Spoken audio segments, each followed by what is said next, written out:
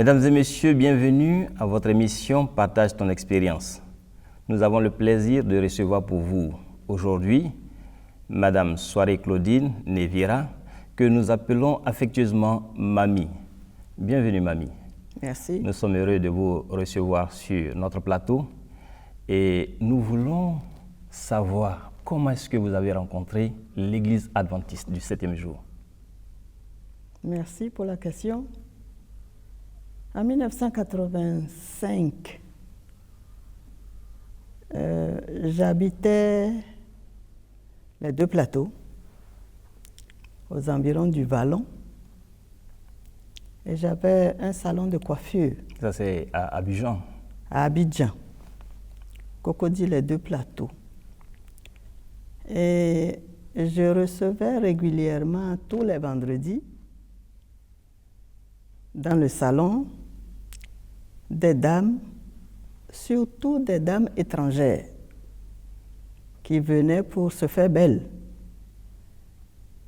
Surtout les vendredis, il y avait des Ghanéennes, des Togolaises, des Filipinos. Il y avait des femmes des îles Maurice, Madagascar. Il y avait des Togolaises. J'ai noté très peu d'Ivoiriennes. Très peu d'Ivoiriennes. C'était surtout des étrangères. Et un peu plus tard, j'ai su qu'elles étaient missionnaires en Côte d'Ivoire, à Abidjan. Donc elles venaient là régulièrement, elles venaient me donner des revues. Surtout la Sentinelle, que je prenais plaisir à lire d'ailleurs. Et dans ces revues, il y avait beaucoup d'enseignements bibliques, des informations sur la santé, des informations sur les relations les uns avec les autres. En tout cas, c'est une revue qui m'apportait beaucoup d'enseignements. Et en ce moment, saviez-vous que ces dames-là étaient missionnaires pour le compte de l'Église adventiste du 7e jour? Non, pas encore. J'ai travaillé avec ces dames un peu plus d'une année. Et puis, un jour, il y a l'une d'elles qui est venue me demander si je pouvais venir à une campagne d'évangélisation. Je ne savais pas ce que c'est qu'une campagne d'évangélisation. C'était donc nouveau pour vous? C'était nouveau. Mais pour maintenir de bonnes relations d'affaires, justement, j'ai donc accepté, j'ai dit, mais pourquoi pas. Et donc, je me suis rendue à cette campagne qui se tenait à Adjamé.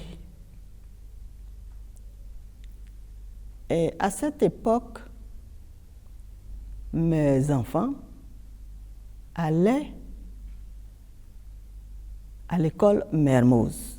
C'est une école, un établissement d'enseignement français? C'est un établissement, une école française qui existe encore aujourd'hui. Et j'avais remarqué que les samedis, les enfants sortaient de la maison en uniforme scolaire et revenaient habillés avec les habits de fête, les habits de la maison. C'était bien étrange pour les enfants qui sont censés aller à l'école. Oui. En uniforme. En uniforme, bien sûr. Et j'ai donc demandé comment ça se fait qu'ils partent, surtout les samedis, à l'école avec l'uniforme de l'école et reviennent habillés normalement, ou même un peu plus, comme en fête. Alors, l'une de mes filles, la deuxième, m'a dit « Maman, nous allons à l'église. » J'ai dit « C'est pas possible. Comment vous allez à l'église le samedi ?» Ça a dû vous faire un choc. Pas choquée vraiment, mais j'ai trouvé ça bizarre. Je me suis dit, les enfants sont encore en train de me rouler. Parce qu'on ne va pas à l'église le samedi. À ma connaissance, on ne va pas à l'église le samedi. Elle m'a dit, si, on va à l'église. Je dis, mais vous allez à l'église à la place de l'école? Elle m'a dit, oui, on va à l'église. Mais quelle église? Le samedi. Il y a une église le samedi? Elle m'a dit, oui, on va à l'église le samedi. Bon, maman, écoute, il faut venir voir. Si ce n'est pas bon, tu nous dis, on va arrêter. Je dis non. J'ai commencé alors à m'inquiéter. Justement. Quelle est cette histoire? Elle m'a dit, maman, viens. Le samedi prochain, viens. Tu vas voir. Avec conviction. Avec conviction. Sans crainte. Sans peur. Mais pendant ce temps, et l'école, comment est-ce qu'elle réagissait aux absences de vos enfants, puisque visiblement, ils n'y allaient pas les samedis? Eh bien, l'école Mermoz connaît les adventistes. Parce qu'au sein de l'école Mermoz, il y avait les enfants du secrétaire général de l'église adventiste, pasteur Guy Valeret. Il y avait les enfants du trésorier. Il y avait aussi les enfants du président de l'époque. Ça, c'était en 1985. Pasteur Norté. Il y avait tous les enfants des missionnaires étrangers à l'école Mermoz, ce que je ne savais pas. Donc, mes enfants avaient pour amis tous les enfants des missionnaires, pratiquement. Et en particulier, les enfants de pasteur Guy Valeret. Pasteur Guy Valeret avait 3 enfants qui étaient à l'école, au collège Mermoz. Donc, les enfants se fréquentaient, naturellement. Allaient à l'église ensemble, naturellement. Ce que moi, je ne savais pas. À votre insu. Ce que je ne savais pas. Bon, et comme ma fille a insisté que je vienne, le samedi qui a suivi, je me suis apprêtée. Nous sommes allés à l'église ensemble. Nous sommes allés à l'église à Djamé. C'était un nouveau groupe. J'ai assisté au culte. Et puis, j'étais émerveillée. Les chansons cantiques, on appelle ça cantiques. Les cantiques m'ont touchée.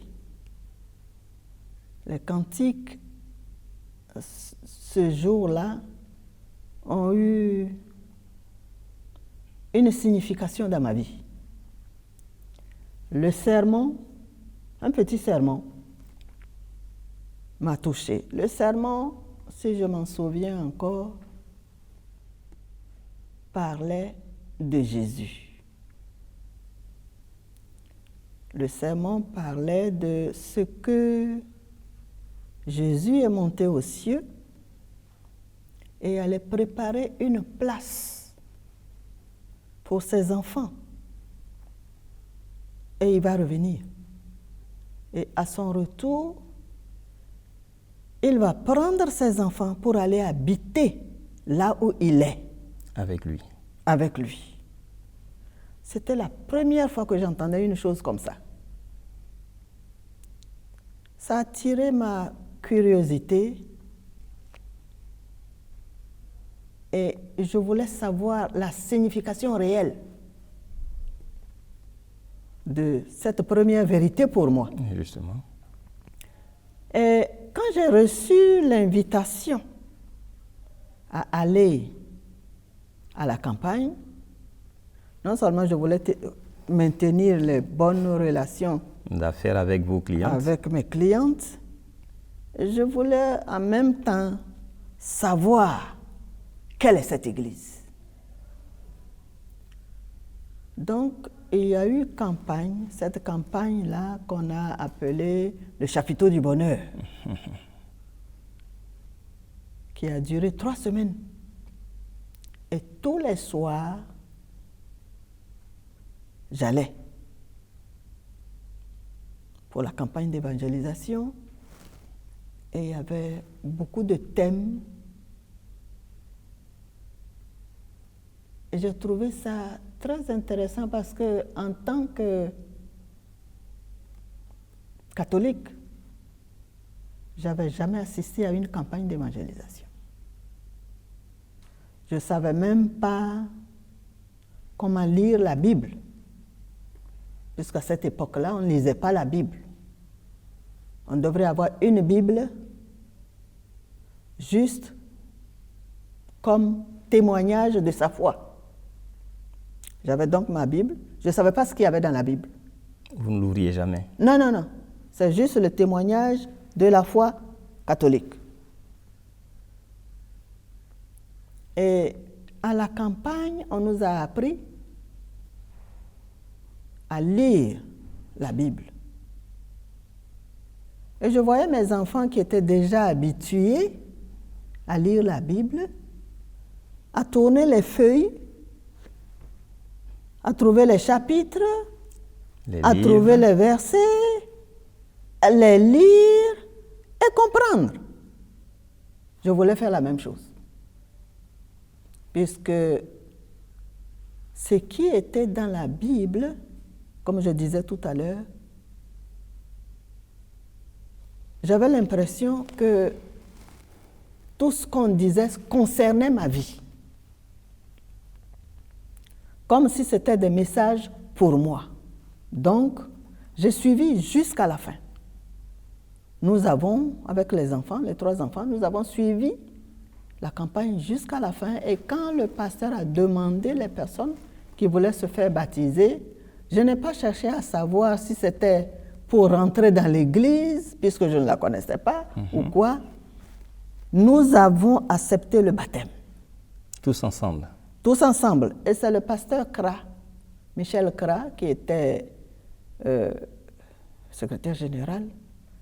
Il était secrétaire général de la mission, à moins que je me trompe.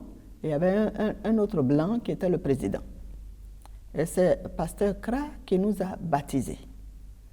Après le baptême, le sabbat qui a suivi, eh bien, moi, j'ai commencé à aller à l'église naturellement, hein, puisqu'il faut aller à l'église le samedi. Et après le baptême,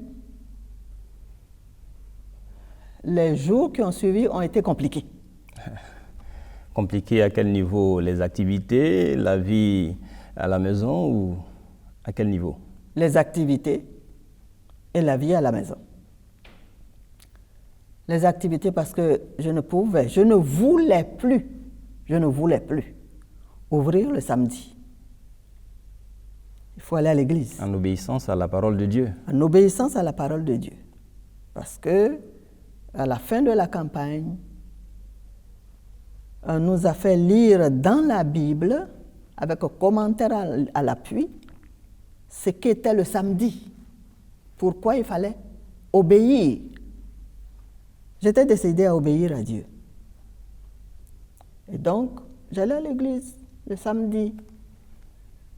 L'institut était encore ouvert. Je n'étais pas là. Ça a duré peut-être 2 ou 3 semaines et j'ai décidé de fermer. Les samedis? Les samedis. Quand j'ai décidé de fermer, mes employés, naturellement, elles n'étaient pas contentes. Les femmes n'étaient pas contentes. Parce que c'est le samedi qu'on avait plus de monde et c'est le samedi qu'elles pouvaient réellement travailler et se faire un peu d'argent de poche avec les pourboires. Elles n'étaient pas contentes. Donc, chacune est allée de son côté. Vous laissant seul avec votre institut? Me laissant seule avec mon institut. J'ai été obligée de fermer. Et quand on me demandait, mais pourquoi, je disais que je vais à l'église le samedi. Il y en a qui trouvaient ça bizarre, comme moi j'ai trouvé bizarre la première fois. Il y en a qui trouvaient ça bizarre. Il y en a qui se demandaient dans quelle secte j'étais allée rentrer. Quelle est cette histoire de samedi? Il y en a qui disaient même que j'étais pas bien. J'étais peut-être un peu folle. J'étais pas bien. Bon, à la maison aussi. Mon baptême avec les enfants a amené beaucoup d'histoires. Beaucoup d'histoires dans la famille, beaucoup d'histoires au point de vue finance. Oui, parce que là, il y a un manque à gagner. Il y a un manque à gagner, je ne travaillais plus, l'institut était fermé. Et sans compter que il y avait quand même les loyers de l'institut, il y avait les charges. Il fallait faire face à tout ça. Et j'ai donc eu beaucoup de problèmes de famille. Mais je n'étais pas découragée. Je n'étais pas découragée, j'avais plutôt comme la paix dans la tourmente. Je ne me suis même pas demandé si c'était une aventure où j'allais avec mes enfants dans cette histoire-là, mais j'étais complètement confiante, d'autant plus qu'il s'agissait de Dieu. Et vous aviez une paix intérieure. Une paix intérieure. Même si je devrais aller à l'église à pied, puisque je ne travaillais plus, j'allais à pied avec les enfants. Et ça a duré 6 mois, avec beaucoup de tribulations. Pasteur Kra, qui nous a baptisés, a été comme une main secourable, comme la main de Dieu qui venait pour résoudre les problèmes financiers. Ma fille aînée a donc été appelée à la mission pour travailler comme secrétaire de l'administration qui était là à l'époque. Et c'est elle qui, avec son petit salaire, soutenait un peu. Oui, nous venait en aide. À l'époque, j'ai fait du nyamaku. C'est du jus de gingembre. Du jus de gingembre, du jus de bissap, du jus de fruits. Je vendais tout ça pour avoir un peu d'argent, pour aider les enfants et moi-même. Les enfants étaient en classe d'examen. Les enfants devraient passer leur bac cette année-là. Donc ma fille nous venait en aide, plus ce que je faisais comme petite activité. J'avais quand même un peu d'argent de poche. Et 6 mois après, Pasteur Kra me cherchait. Je ne sais plus qui est venu me dire que Pasteur Kra me cherche. Et je suis donc allée à la mission pour le rencontrer. Et il m'a amené au siège de l'église, que je ne connaissais pas. Au siège régional, je suppose. Au siège régional. Aux 2 plateaux aussi. Et nous sommes allés rencontrer le trésorier, le secrétaire général et le président lui-même. Mais là, certainement, il se doutait que vous aviez des soucis financiers puisque votre institut était fermé à cause de la nouvelle foi que vous avez embrassée. Et il fallait faire face également aux charges de l'écolage des enfants à Mermoz. Oui, mais je ne pense pas que Pasteur Kra se doutait de quelque chose, puisque je n'en avais pas parlé. Très bien. J'allais normalement à l'église, j'étais comme tout le monde. Je ne m'inquiétais de rien, curieusement. Je ne m'inquiétais de rien. J'avais toutes les tribulations possibles, mais j'avais une paix intérieure que moi-même je ne comprenais pas. Je ne cherchais pas à comprendre quoi que ce soit. Pour moi, je vais à l'église. Pour rencontrer Dieu. Pour rencontrer Dieu avec mes enfants. Et j'allais à l'église avec beaucoup de joie le samedi. C'était un jour spécial, le samedi. un jour où j'oubliais tout ce qui bouillait à l'intérieur de moi.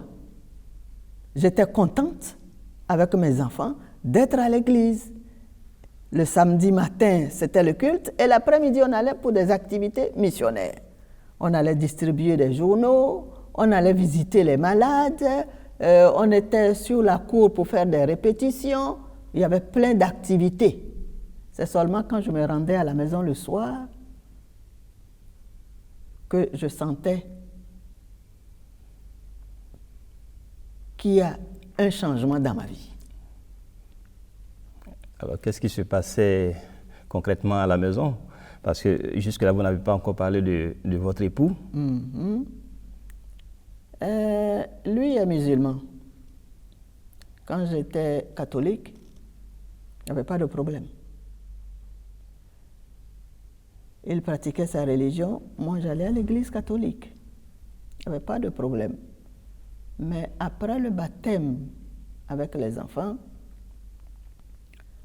ça a été comme une trahison. Puisque quand on devient adventiste, femme adventiste, on ne porte plus les bijoux. Ça, c'est un premier changement. On ne mangeait plus les bons crabes, plus les crevettes. L'alimentation change. L'alimentation change pour raison de santé. Justement. Pour raison de santé. Et j'ai trouvé que c'était vrai. Parce qu'à chaque fois que moi je mangeais les crabes et les crevettes, j'avais des problèmes avec les intestins. Ou c'est les ballonnements, ou c'est une intoxication. Et j'ai saisi cette vérité pour de vrai. Et j'ai remarqué que quand j'avais éliminé tout ça, je me portais bien mieux. Donc, tous ces petits changements, aller à l'église le samedi, l'aspect extérieur, tous ces changements ont amené quelques frictions à la maison. Et dans la colère, mon mari a demandé divorce. Wow. Et je devrais me présenter au tribunal le 10 janvier. Le 10 janvier 1986. J'ai été baptisée en juin 1985. 6 mois. 6 mois. Et c'est en décembre 85 que j'ai reçu la convocation pour le tribunal.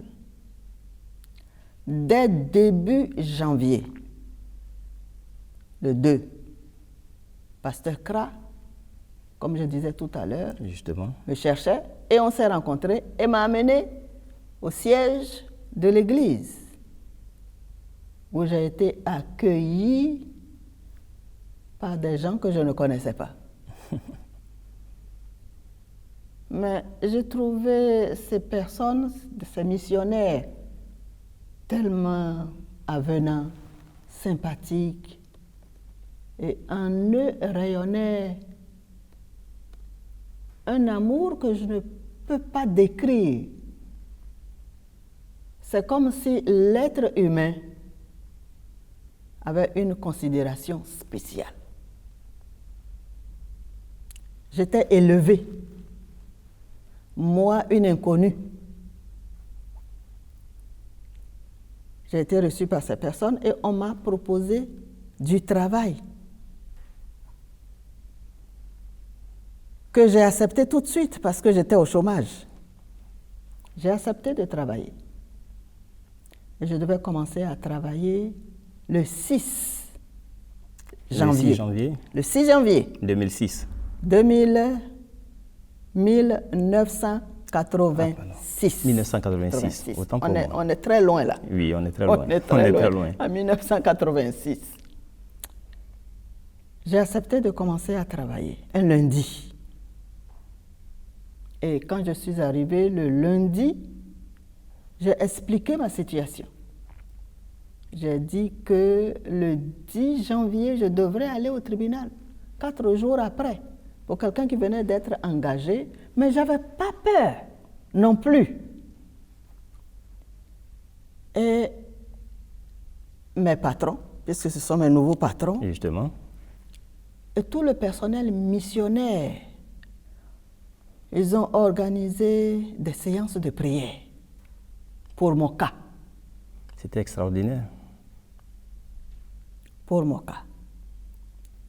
Mon cas et le cas de mes enfants. Mes enfants étaient en classe d'examen. C'était leur année de bac. Donc, tous les matins, il y avait prière spéciale pour mes enfants et moi, pour mon mari, pour ma maison, pour ma situation, et spécialement pour le problème de divorce. Et avant le 10 janvier, mon mari lui-même, la veille du 10, quand je lui ai dit que c'est le lendemain matin qu'on était convoqué au tribunal, que j'étais prête. Est-ce qu'on devrait aller ensemble ou on devrait se retrouver au tribunal? Il m'a dit que c'était plus la peine. Il abandonnait sa volonté de vouloir divorcer. Oui. Il m'a dit on laisse tomber, on oublie. On laisse tomber. On laisse tomber. Et on oublie. Plus de divorce, on oublie. Alors, chers téléspectateurs, voici que notre invité accepte la foi adventiste. Et après l'avoir acceptée, elle y met tout son cœur, abandonne son activité et commence les tribulations. Que va-t-il se passer dans sa vie? Pour le savoir, nous vous invitons à nous suivre très prochainement dans un autre numéro de Partage ton expérience. D'ici là, portez-vous bien et que Dieu vous garde.